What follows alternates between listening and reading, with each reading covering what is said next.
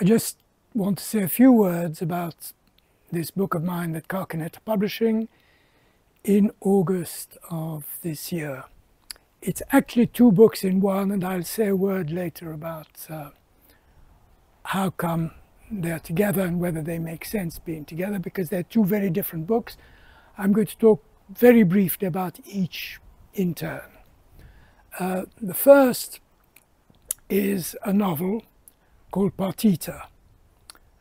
It had its origins in the lockdown. I find that music is a great stimulus for getting me thinking about form and shape. I find composers are much more interested in rhythm, in shape, in form than most novelists, or at least overtly interesting. And I was listening to quite a lot of Bach, who is, I find, particularly stimulating, and in particular to the 6 harpsichord partitas played on the harpsichord by a wonderful Irish harpsichordist, Malcolm Prout.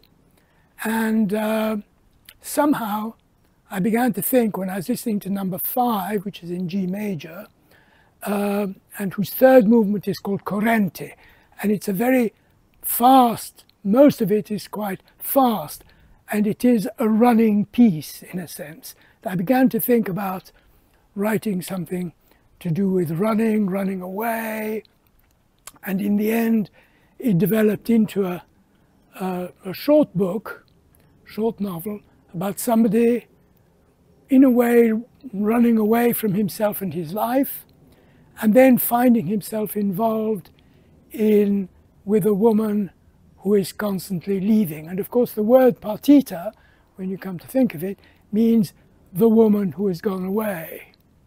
So that helped it on, and the book eventually got done, and Michael at Carcanet seemed happy to publish it, but wouldn't publish it for a couple of years because of the backlog that he had because of the lockdown.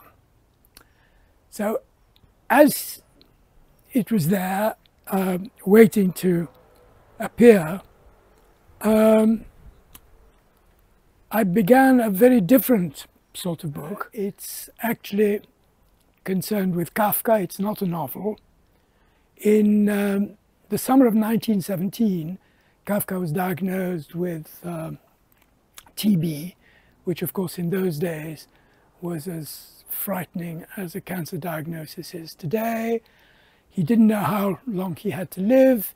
He felt this was a moment when he needed somehow to shed everything he had and clear his mind and try and understand what his life had all been about.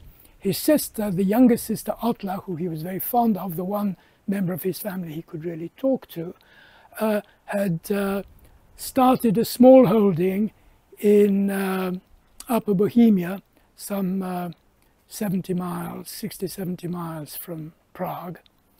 And he'd been planning to go and visit her there in the summer of 1917, but he decided that he'd go for a while. He didn't know how long. In the end, he spent 9 months there, and in those 9 months he scribbled away. He didn't write any fiction. He scribbled away in some little octavo notebooks that he had, very different from the larger notebooks that he used for his diary, but full of his comments on the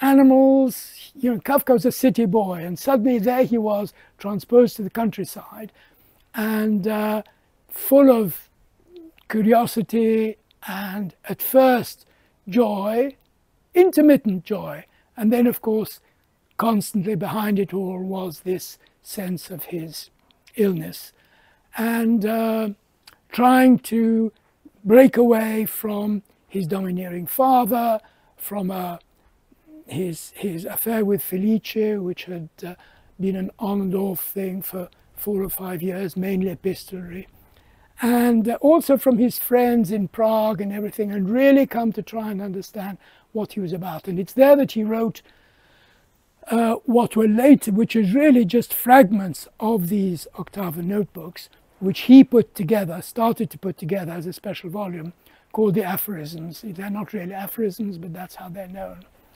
And I'd been interested in these aphorisms. I loved some of them. I didn't understand many of them, and a few I found really not very good or interesting. And reading them within the notebooks, I began to wonder why he had selected those in particular.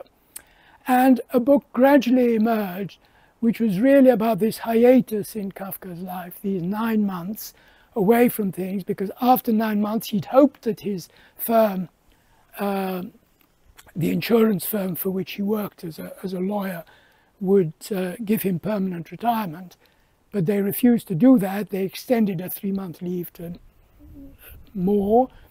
But eventually, in May of 1918, he returned to Prague and resumed his old life. So the book is about those two things. Now, these are two very, very, very different books. And yet Michael felt that they'd form an interesting parallel. One, after all, is about somebody trying to, well, escaping from themselves. The other is about somebody trying to get close to understanding themselves. So there is sort of vaguely an inversion one of the other.